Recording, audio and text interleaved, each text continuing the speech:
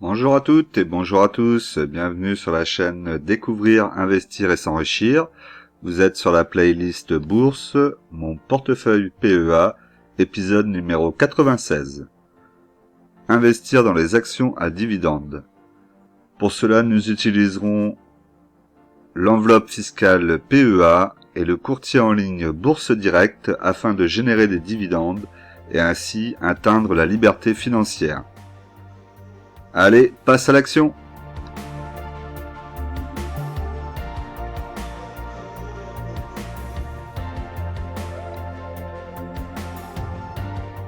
Alors, au sommaire, cette semaine, nous aurons donc la situation du CAC 40, le point PEA, première partie, le question-réponse, le point PEA, deuxième partie, le tableau des dividendes et l'évolution du portefeuille. Donc, restez bien jusqu'au bout parce qu'il y a eu des modifications sur mon portefeuille, vous allez voir ça. Mais comme d'habitude, je vous rappelle que l'investissement en bourse peut provoquer une perte partielle ou totale de votre capital. Vous ne devez en aucun cas copier ou reproduire mes prises de position, je ne suis pas un conseiller financier, mais un particulier qui investit en bourse à titre personnel.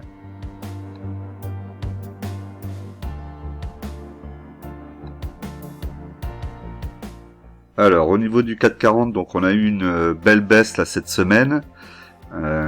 Ça a bien chuté les 4 premiers jours et vendredi, on a eu un beau rattrapage à presque 2%, un peu plus de 2% même, sur le CAC 40. Malgré tout, on a quand même une chute du CAC 40 depuis le début de l'année à moins 13,78%. Donc on est revenu à 6167,51 points. Donc là on voit ici, on est toujours entre la moyenne mobile 20 périodes et la moyenne mobile 50 périodes. Et on pourrait revenir tester la moyenne mobile 50 périodes aux alentours des 5700 points, 5000... Ouais, pour bien descendre, on pourrait peut-être revenir sur les 5734 points. Donc là, à surveiller pour les prochains jours, un retour éventuel au-delà des 6387 points. Ce que j'imagine pas, je pense qu'on va peut-être avoir une petite remontée lundi, et puis après on risque de revoir une nouvelle chute qui va redescendre un peu plus bas encore. On verra si je me trompe, hein. Après, je ne suis pas médium. Et sinon à la baisse, donc moi je serais plus dans ce scénario-là, où on va peut-être d'ici mardi redescendre en dessous des 6000 points, et là il faudra surveiller donc un retour éventuel à 5795 points. Si on regarde ici sur le graphique journalier donc du CAC 40, on voit donc qu'on est ici, on a un support pointillé qui pourrait être percé, et auquel cas on reviendrait sur un support ici un peu plus important, qui a fait plusieurs fois ses preuves. On a eu plusieurs fois ça a stoppé. Et on n'a pas de... Si on a un corps qui est descendu en dessous, là, c'est le seul. Et donc là on pourrait avoir pourquoi pas ici une petite descente, une mèche ici qui nous vienne venir là en dessous des 6000 points, et ensuite repartir. Et après, il faudra qu'il retravaille ici avec la résistance. Vous voyez là qu'il y a une résistance assez forte. Et le support ici. La tendance, pour le moment, on a la moyenne mobile 20 périodes qui est en train de casser et de rejoindre la moyenne mobile 50 périodes. Donc ça peut vouloir dire que ça va continuer à descendre, mais il faudrait qu'elle se croise pour confirmer une tendance baissière.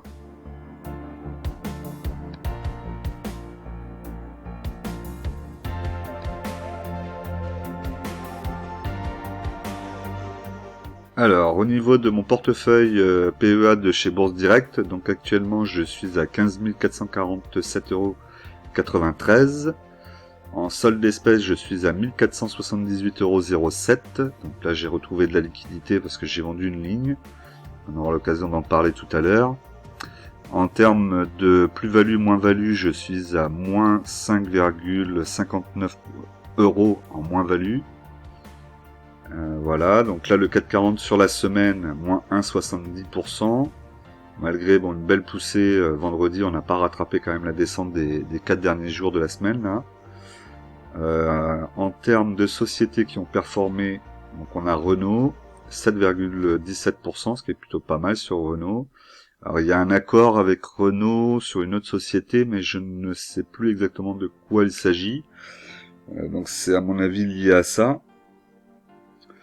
Je crois que c'est pour une fabrication de puces ou de composants électroniques pour la voiture ou quelque chose comme ça, il me semble. À reconfirmer, hein, j'ai pas l'info précise. Je sais qu'il y a eu quelque chose avec Renault, d'ailleurs, n'hésitez pas à le dire dans les commentaires pour les autres. Ensuite, on a Worldline, donc 6,96%, ce qui est pas mal. Société Générale, 6,92%, pas mal du tout, là, sur les banques.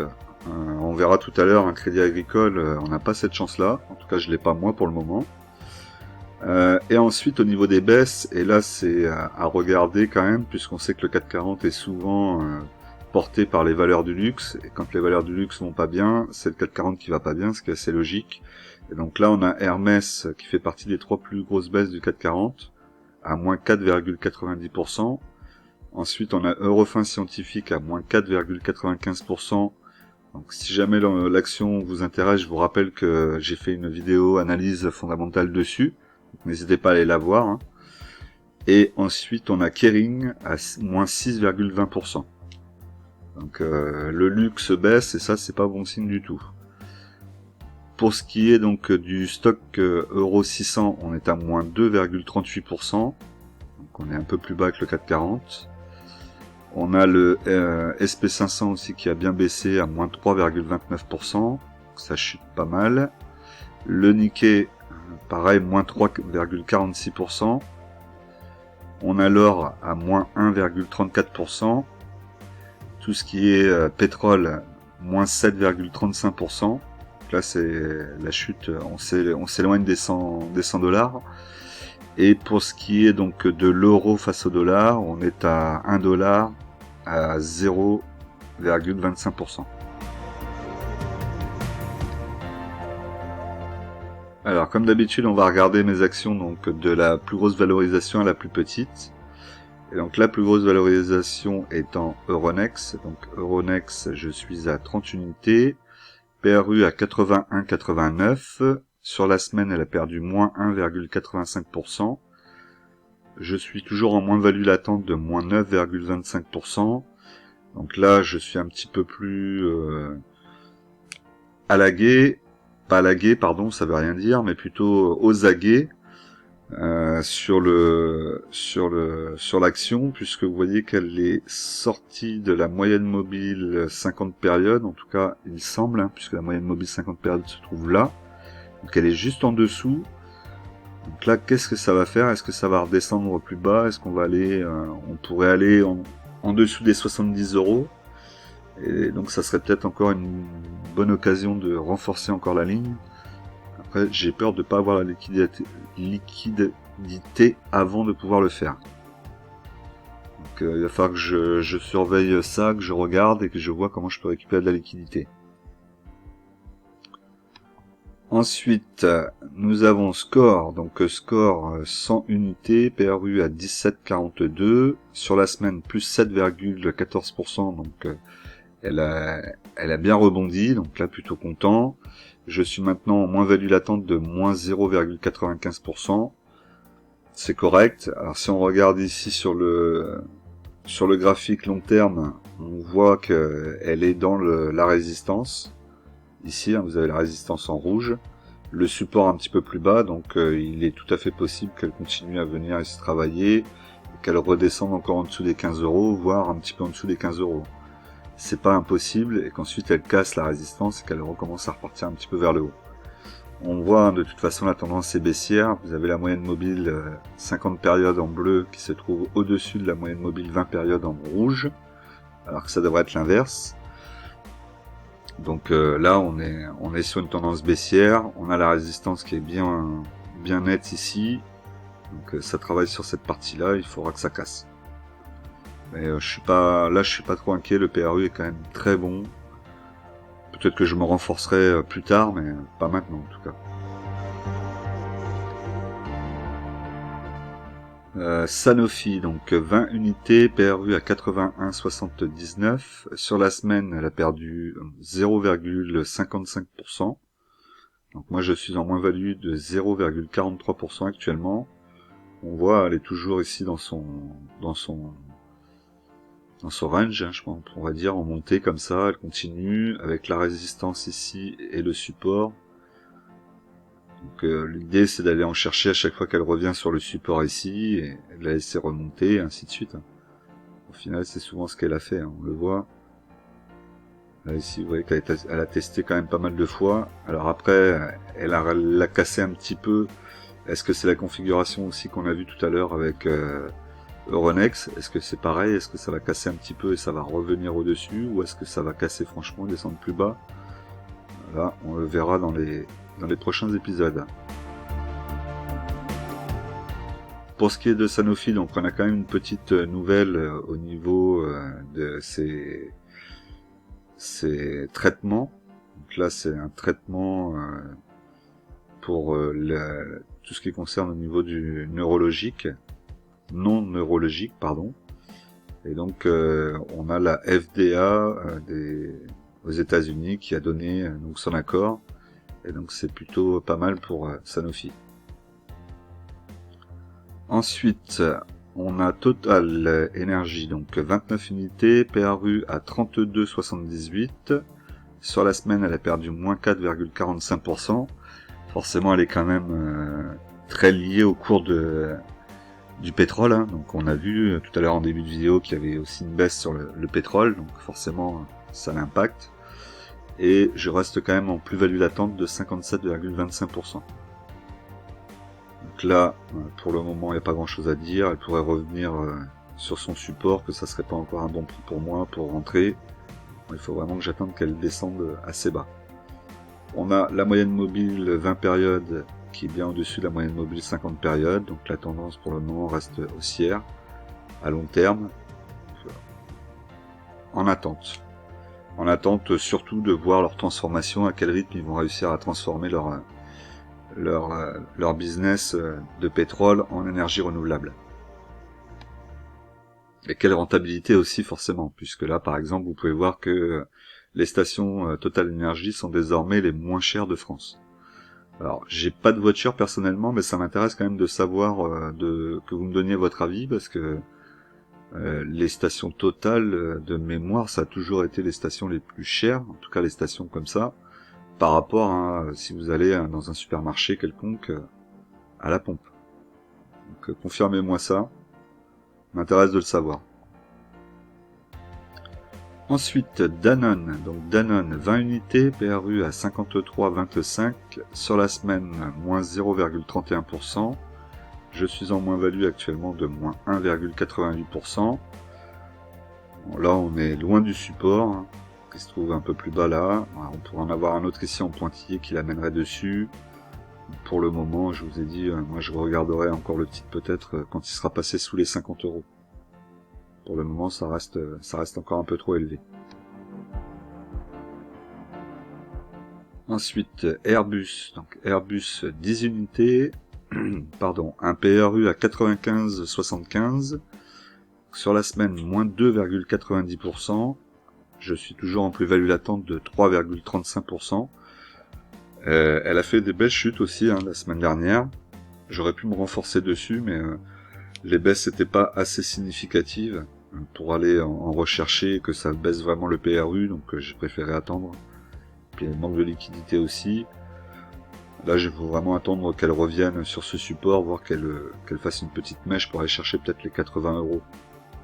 Éventuellement, mais ça serait vraiment des belles opportunités. Alors au niveau de Airbus, on vient d'apprendre donc le départ du directeur financier, Dominique Assam. Donc a priori ça a l'air de faire toucher, d'avoir un petit peu fait bouger le cours de bourse.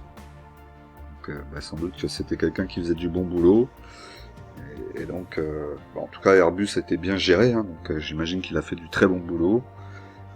Et là il va falloir trouver un remplaçant, donc il faudra faire attention à ce petit changement, mais bon. Airbus, je pense que c'est le genre de société qui peut être dirigée par n'importe qui, elle marchera. C'est Warren Buffett qui disait prenez les entreprises qui pourraient être gérées par n'importe quel idiot, elle fonctionnera toujours, c'est le genre de société qu'il faut choisir. Je pense que Airbus c'est un peu le cas. sans lui faire offense évidemment. Vinci, donc Vinci 10 unités, PRU à 80,97, sur la semaine plus 1,98%.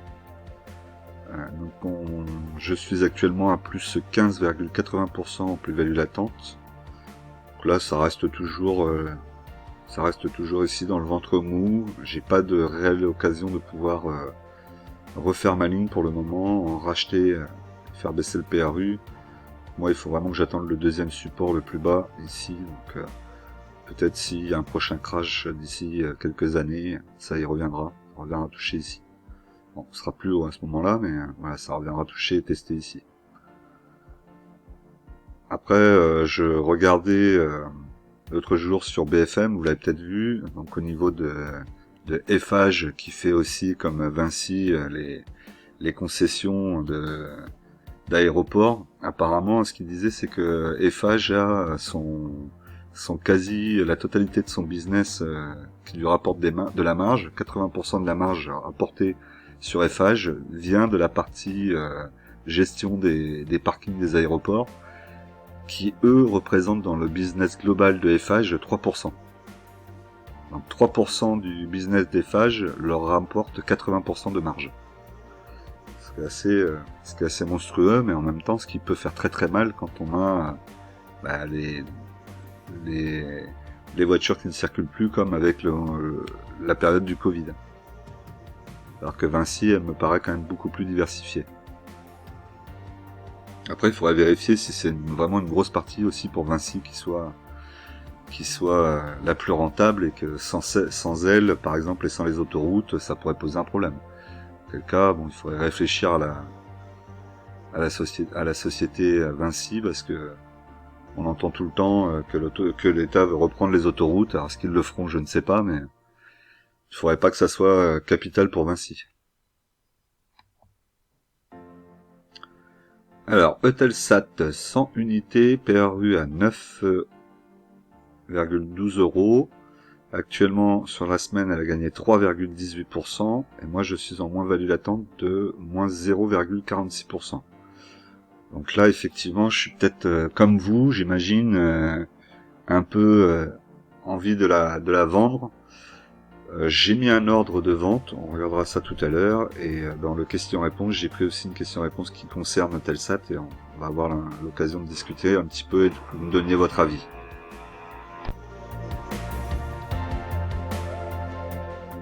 Alors, je vous rappelle que vous pouvez soutenir la chaîne, donc pour ça c'est 1,99 € par mois.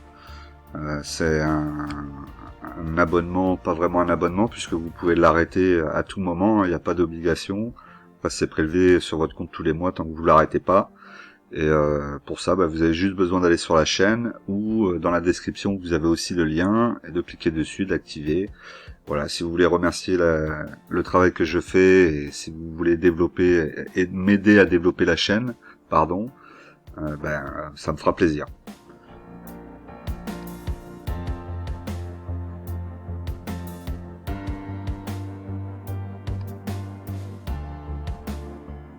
Alors, au niveau des questions-réponses, donc j'ai pris une question de Kevin, donc qui me met j'appréhende, justement c'est ce que je vous disais par rapport à Eutelsat, donc j'appréhende que Eutelsat remonte pas assez pour faire un bénéfice équivalent aux dividendes, et hésite à revendre même à 1% de bénéfice pour renforcer d'autres actions comme Nexity, Vika, Score. Pas laisser mes fonds bloqués sur Eutelsat. Effectivement, là c'est là qu'on va parler donc de votre état d'esprit, donc le mindset aussi qui rentre en jeu.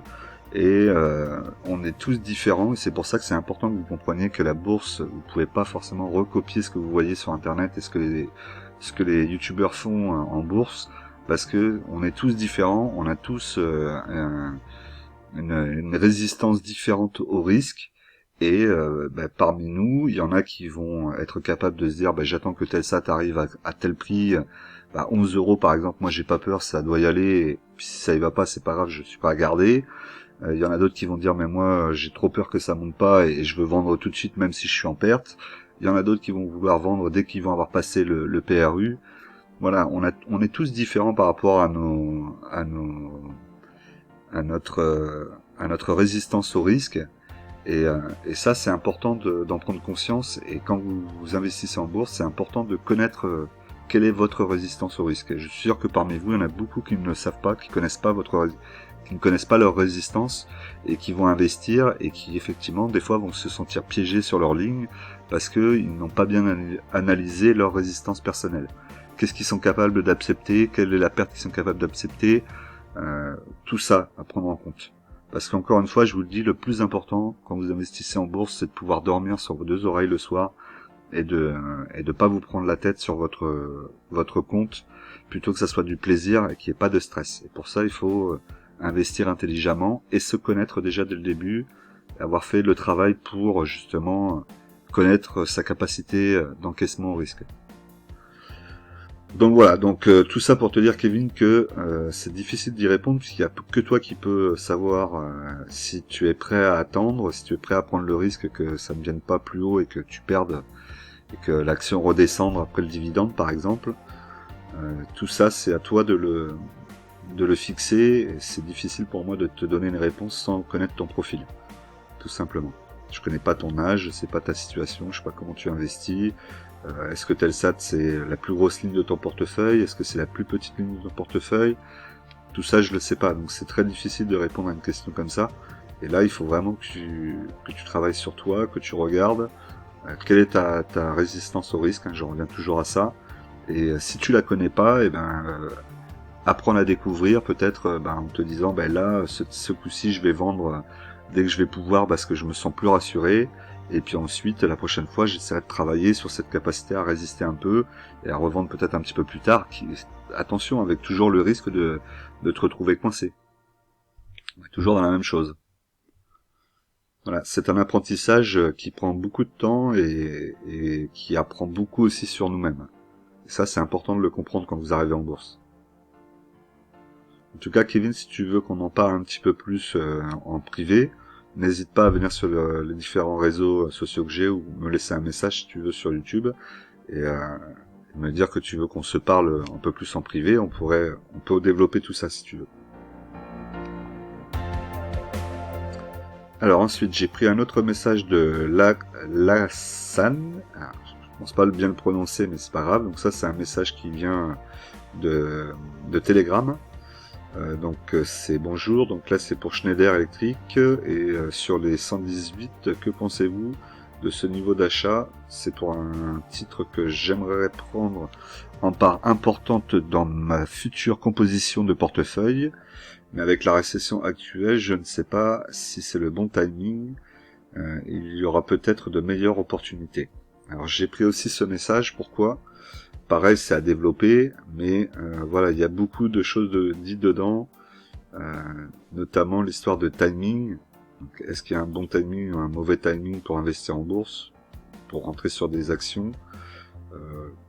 Je pense pas personnellement qu'il y en ait. Dites-moi un petit peu dans les commentaires ce que vous en pensez. Après, est-ce que vous avez cette volonté de vouloir essayer de rentrer au plus bas et d'essayer de faire à chaque fois les meilleurs gains? Ça, c'est une autre chose. C'est ce que je fais, ce que j'essaie de faire aujourd'hui. En faisant du stop picking, j'essaie d'acheter au meilleur prix toujours, mais je sais que cette action, de toute façon, c'est une bonne action et on va pas se voiler la face. C'est une action que si vous l'achetiez, en tout cas pour les actions dont vous êtes sûr, si vous l'achetiez à n'importe quel prix et que vous achetez cette action plusieurs fois dans l'année, par exemple à 12 fois sur 12 mois, vous allez avoir un prix pondéré de l'action et vous allez être forcément plus bas que le marché. En tout cas, peut-être pas sur la première année, mais sur la deuxième ou troisième année, ça sera le cas. Même en faisant l'achat quand vous voulez.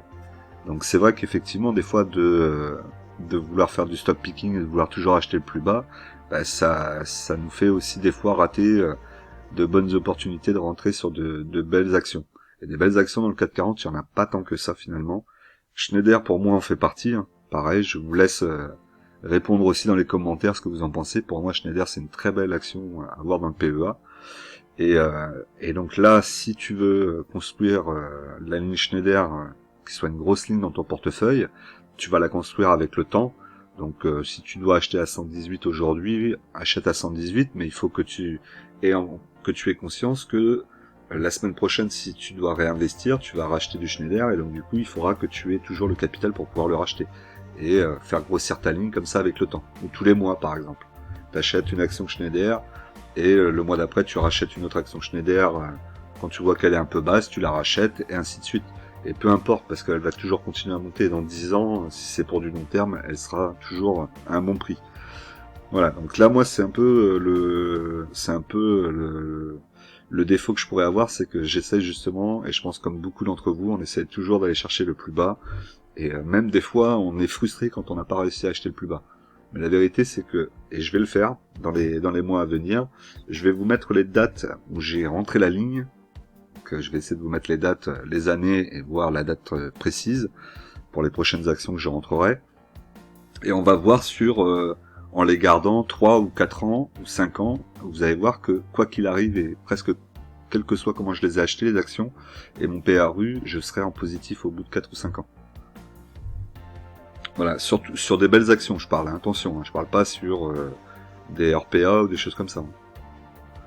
Donc voilà ce que je voulais te dire. Donc l'opportunité, il faut pas toujours penser à la meilleure opportunité, parce que la meilleure opportunité fait que tu vas te dire elle va encore descendre, elle va encore descendre. J'ai fait ça avec Schneider à 111, même je crois qu'elle était un petit peu en dessous des 111, je me suis dit elle va encore descendre, j'ai pas racheté, j'étais bête.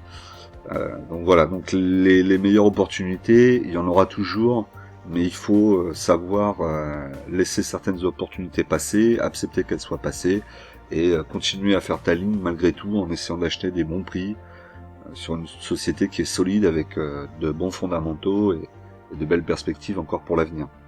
Et donc Schneider, t'es tout à fait dans ce critère-là, donc pour moi, mon 118, ça reste un très bon prix. Après, ce qu'il faut, c'est que, comme je te l'ai dit, garde de la liquidité, ça peut pas être un one shot. Par contre, ça, non. Si c'est un one shot, c'est plus compliqué, je trouve, à gérer. Achat de très très bonnes actions qualitatives avec une répartition dans le temps et des achats progressifs dans le temps. C'est le meilleur des timings. Alors là ici je vous ai mis pour Schneider donc le graphique journalier de Zone Bourse, et donc je lui ai conseillé donc sur le message, puisque je lui ai répondu sur Telegram, qu'il y avait la possibilité d'aller chercher peut-être aux alentours des 11 €. Je pense qu'elle peut y aller, pas forcément parce que c'est pas une bonne société, c'est juste qu'actuellement le CAC 40 est un petit peu dans la tourmente, on va dire, et que si ça continue à baisser, ça va emporter d'autres actions avec, pas forcément aussi vite que les sociétés qui sont très touchées par la situation, mais on peut très bien aller chercher ici le support à 11 €, ça me paraît tout à fait jouable, et je sais pas si moi-même je vais pas mettre un ordre ici à 11 € pour 3 actions à partir de lundi. Que dans tous les cas, ça sera un très bon achat. Voilà ce que je voulais dire par rapport à Schneider.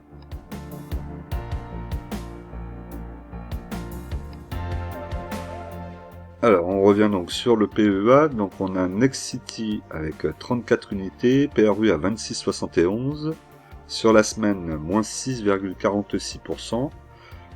Je suis en négatif pour le moment à moins 18,78%. Et donc là ici on voit que ça y est, ça a traversé, je vous avais parlé pendant un moment de ce support, on l'a regardé plusieurs fois. Vous vous rappeliez que ça allait travailler là, je commençais à vous dire que ça allait, à mon avis, aller le toucher. Bon après c'était pas forcément compliqué de l'imaginer, puisque de toute façon ça va se refermer. Et là c'est en train de descendre encore, et on pourrait venir aux alentours des 20 €. Et donc j'ai placé un ordre d'achat aussi sur cette action que vous pourrez voir vers la fin de la vidéo. Donc en tout cas là, il y a quelque chose à faire pour en reprendre sur ce support pointillé, là ici aux alentours des 20 €. On va essayer de reprendre à ce niveau-là, et en espérant qu'après ça aille pas plus bas et que ça retravaille et que on reparte un peu vers le haut. On voit là ici, on a la moyenne mobile 20 périodes qui est repassée au-dessus de la moyenne mobile 50 périodes. C'est quand même assez léger, la tendance haussière est pas flagrante non plus. On va voir ce que ça va donner. Peut-être en début de semaine, là, ça pourrait les toucher, et puis après repartir sur la fin de semaine. Donc pour Nexity, je vous ai mis cette petite news donc qui va construire en 2023 un immeuble ne nécessitant ni chauffage ni clim. Donc voilà, donc c'est une première en France a priori. Donc c'est très bien hein, s'ils investissent dans des immeubles qui consomment pas de chauffage, pas de clim et qui sont bien isolés, qui se régulent d'eux-mêmes, c'est très bien. Ensuite on a Orange, donc Orange 72 unités, PRU à 9,47, sur la semaine plus 1,56%, pour le moment je suis en plus-value latente de 7,47%. Donc là Orange, typiquement on est sur une valeur défensive, donc si le 440 baisse, elle résiste mieux que les autres. Vous voyez d'ailleurs, elle n'a pas chuté tant que ça elle sur la semaine. On est ici sur le support pointillé vert là que vous voyez, qui remonte. Que ça reste là pour le moment. On va avoir un moment où on devra aller travailler la résistance et voir ce qu'elle va faire. Après, c'est une petite action à avoir dans le portefeuille, je pense une centaine d'unités, en essayant de faire encore baisser le PRU, puis on gardera comme ça dans le portefeuille juste pour avoir les dividendes. Puis si jamais un jour elle n'en verse plus, on pourra s'en séparer plus facilement. Elle n'est pas vouée à avoir un gros volume dans mon portefeuille dans les années à venir. Crédit Agricole, donc 60 unités, un PRU à 9,73, sur la semaine plus 2,03%. C'est plutôt pas mal, mais c'est pas suffisant pour revenir à mon PRU, hein, puisqu'on est à 9,30€. Je suis en moins-value latente de moins 4,42%. Et là, on est ici, on a la résistance qui nous bloque là. Donc du coup, on va descendre à mon avis, descendre ici avec le petit support là en pointillé. Et après, il va falloir qu'elle fasse un choix dès qu'elle va être dans la fin du biseau. Alors, soit repartir vers le haut au-dessus de la résistance, soit redescendre. Donc là, on va peut-être avoir des opportunités de venir en chercher aux alentours des 8€. Il va falloir être vigilant là-dessus, mais j'en reprendrai bien une quarantaine là, au moins, pour recommencer aux alentours des 8,50€, 8€. Pour être intéressant. Ubisoft, donc Ubisoft 10 unités, PRU à 60,68, sur la semaine plus 0,94%, je suis à moins 25,98%, pour le moment Ubisoft pas grand chose à dire, vous voyez elle travaille sur la résistance là, la résistance est haussière donc on peut se dire que sur le temps on va avoir un moment ou un autre l'action qui va être aux alentours des 50€, puisque c'est pas si loin que ça, mais ça pourrait y être d'ici un an. Là, je sais pas si je vais avoir la patience d'attendre aussi longtemps. On a toujours la moyenne mobile 50 périodes qui est au-dessus de la moyenne mobile 20 périodes, ce qui veut dire que la tendance est toujours baissière. Je sais pas quoi dire pour le moment. Il faut attendre. Alors là, on va avoir la sortie d'un jeu qui est un de leurs jeux phares, hein, puisque c'est un AAA, c'est Assassin's Creed Mirage, qui va sortir prochainement. Le 10 septembre, a priori. Il faut espérer que ça fasse des mirages, hein, c'est qu'à de le dire, et que ça fasse monter le cours au plus haut avant les fêtes de Noël, et puis que pour les fêtes de Noël, ils fassent des bons chiffres, et qu'on se retrouve aux alentours des 50€ déjà dans un premier temps, je serais content. 60€, je les vois pas tout de suite, mais au moins ça revenait déjà aux alentours des 50-55€, ça serait déjà beaucoup mieux. J'imagine que pour beaucoup d'entre vous, ça serait très bien, parce que vous devez sans doute avoir des PRU plus bas que le mien. Je vous le souhaite en tout cas. Ensuite, Air Liquide, donc 2 unités, PRU à 138,16, sur la semaine, moins 3,64%. Je suis en moins-value latente de moins 9,59%. On est à 124,92. Je vous ai dit que je pourrais re-rentrer dessus entre 120 et 110. Peut-être même en dessous, entre 110 et 100. Donc là, pour le moment, j'attends que ça baisse. On verra si ça baisse encore. Après, c'est pareil, je devrais peut-être me dire, achète une action tous les mois de Air Liquide, là, pour en avoir au moins 10. Le PRU sera ce qui sera. Et puis après, je profiterai d'avoir des actions gratuites, pas chaque année, mais tous les 2 ans. Et donc, du coup, ça me fera encore baisser le PRU quand j'en aurai une dans 2 ans. Et ainsi de suite. Ça peut être aussi une idée à avoir. Le prochaine fois, donc pour l'action gratuite, c'est 2024, hein, on s'était dit. Donc ça sera exactement là au mois de mai 2024. C'est tous les 2 ans. Pour Air Liquide, donc on a Air Liquide qui quitte la Russie en cédant son entité locale au manager. Donc comme toutes les entreprises européennes et pratiquement mondiales, tout le monde part de la Russie. Alors après, si vous avez vu, ça a pas l'air de les faire énormément souffrir visiblement, hein, puisque la Russie a l'air de plutôt bien se porter, presque même mieux que l'Europe, donc c'est bizarre. Enfin, Schneider, donc Schneider 2 unités, on en a parlé tout à l'heure, hein, donc 128,88, moins 3,05% cette semaine. Au global, je suis à moins 6,19%. Donc là, on voit qu'elle est à 120. Là, peut-être que travailler sur les 100, entre 120 et 111, moi je vous ai dit vers 111, ça me paraît plutôt intéressant à jouer. Faut mettre l'ordre sur l'année ou à révocation et le laisser. Et après, vous verrez quand ça ira. DBT, 2000 unités, 0,06 centimes. Sur la semaine, moins 2,02%. Au global, moins 69,88%. Après, vous savez que DBT, elle représente pas grand-chose en termes de liquidité. Dans mes lignes, c'est 0,25% de mon portefeuille, donc c'est vraiment rien. Je vous ai mis le graphique journalier parce que vraiment sur le long terme, ça parle pas du tout. Là, au moins, on y voit un petit peu plus clair. On voit qu'il y a eu des tests là. Alors, on a d'abord cette première résistance là qui bloque bien quand même. Là, actuellement, on est dans un canal qui baisse.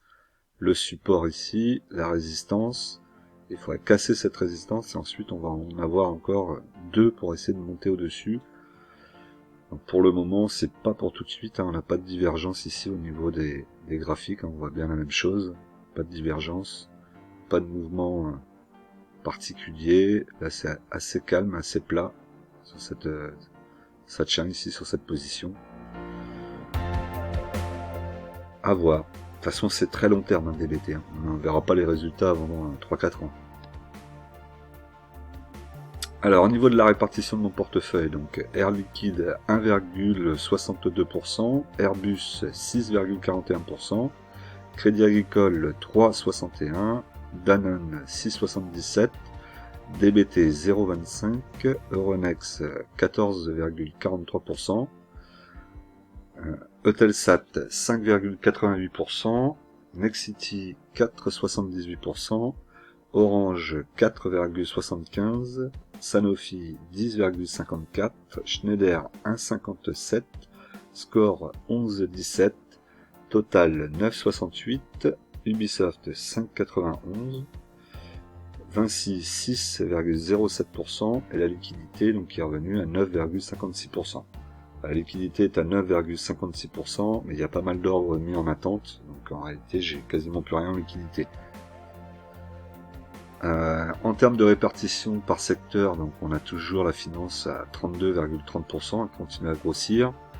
Ensuite, en deuxième, on a les valeurs industrielles à 15,81%, la technologie 14,97%, la santé à 11,65%, l'énergie 10,70%, consommation non cyclique 7,49%, immobilier 5,29%, et en dernier, matériaux de base 1,69%, 79%. Alors donc du coup là on se retrouve sur mon portefeuille avec les ordres mis. Donc là j'ai mis des ordres d'achat. Donc alors d'abord ordre de vente pour Eutelsat. J'ai mis mes 100 actions en vente à 10,08 €. J'ai refait mon calcul pour avoir le dividende et un petit peu plus. Donc là ça me paraît pas mal, 10,08. Dites-moi un petit peu si vous trouvez que c'est un petit peu trop haut. Est-ce que ça va y venir ou pas? On titille au niveau des 9,12, mais vous avez vu qu'on est sous résistance. Est-ce qu'elle va avoir la force de pouvoir la casser et passer au-dessus? On verra. Après, si ça vend à 10,08 et que ça monte jusqu'à 11, et ben ça montera jusqu'à 11. Ça me gêne pas. Ensuite, j'ai mis en ordre d'achat cette fois-ci, donc pour Nexity, 6 actions, donc à 19,50 centimes, 19,50 €. On est à 21,72. Je vous ai dit, on a le support vers les 20 €, et on pourrait avoir une petite mèche, donc ça pourrait aller chercher 19,50, peut-être même voir 19. Je suis pas trop gourmand, je vais tenter les 19,50, on verra si ça passe. Tout ça, c'est des ordres qui sont mis jusqu'à la fin de l'année. Et ensuite, le dernier, donc j'ai revendu Alstom. Mon PRU me semblait beaucoup trop élevé, alors j'ai revendu un peu trop tôt, hein. Alors, bah, c'est comme ça, c'est pas grave. Et donc j'ai remis un ordre d'achat à 50 unités, que pour 18 €. Moi j'ai vendu mes actions, vous allez voir après, là, à 20,40 €. Donc effectivement j'ai perdu pas mal, et là en plus l'action est remontée à 21 quelque chose le lendemain, je crois. Donc j'étais un petit peu dégoûté, mais bon, c'est pas grave. Je pense qu'elle va continuer, qu'elle va retracer un petit peu, et qu'il va y avoir un coup à faire. À 18 €, je suis peut-être un peu bas. Je vais regarder le graphique et je vais peut-être replacer mon ordre aux alentours des 18,80 € peut-être. Ça me paraît plus judicieux. Donc voilà ce que j'ai fait. Donc ça va être des ordres jusqu'à la fin de l'année. La liquidité donc qui est ici sert à alimenter ça. En plus, je vais peut-être la rajouter à Schneider à 111 € pour peut-être 3 actions, ce serait pas mal, ça m'en ferait 5. Et je laisserai comme ça, et du coup je vais pas avoir besoin de m'occuper de regarder trop la bourse et d'être trop inquiet. Je fais mes achats, et puis si jamais ça craque, ce que je ne crois pas du tout, et ben on verra. On ira en rechercher plus bas, puisque après je vous ai dit j'ai toujours un peu de liquidité. Donc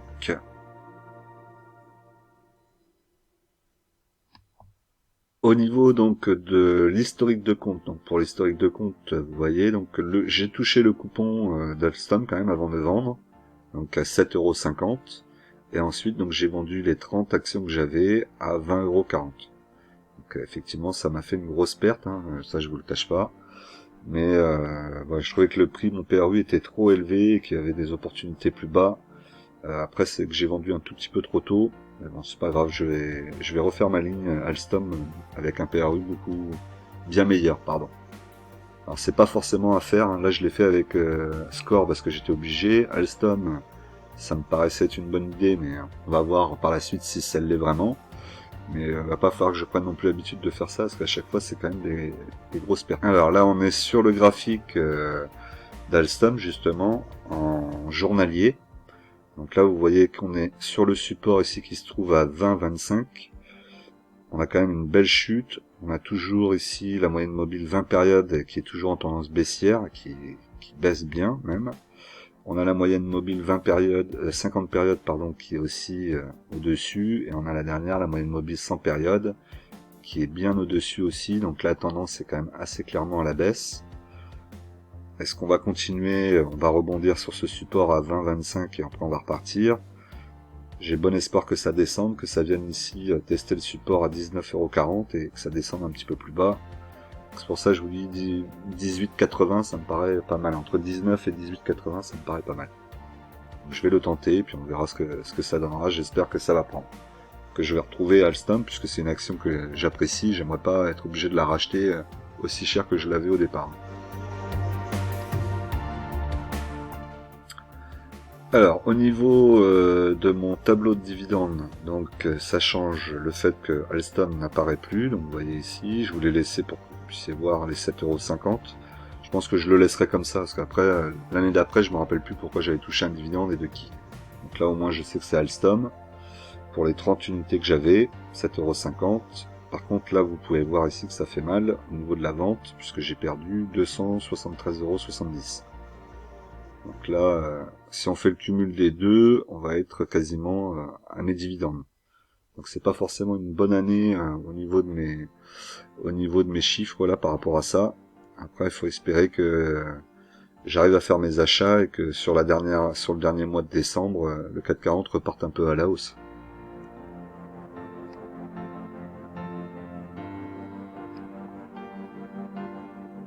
Alors, mon portefeuille est toujours en moins-value, évidemment. Donc, je suis en moins-value de moins 5,34%, soit une perte de 1252,96 €. Et donc par rapport à la semaine dernière, ça fait plus 1,65%, soit 131,66 €. Voilà. Alors là, c'est toujours délicat parce que je viens de remettre les 200 € et en plus la semaine dernière, je vous avais fait la vidéo qui était le résultat du jeudi, pas du vendredi. Donc comme d'habitude, je vous rappelle qu'en investissement, les impatients payent pour les patients. Nous, on va se retrouver tout de suite dans une nouvelle vidéo et je compte sur vous pour vous abonner, liker, mettre des commentaires et n'oubliez pas que il reste 4 vidéos avant, il reste 3 vidéos avant d'être sur la 100e. Et si vous voulez me laisser des messages par rapport à la 100e auxquels vous voulez que je réponde à des messages personnels, à titre personnel sur moi, n'hésitez pas à me poser des questions, j'en sélectionnerai quelques-unes et je l'utiliserai pour le question-réponse de la 100e. Allez, à tout de suite dans une nouvelle vidéo.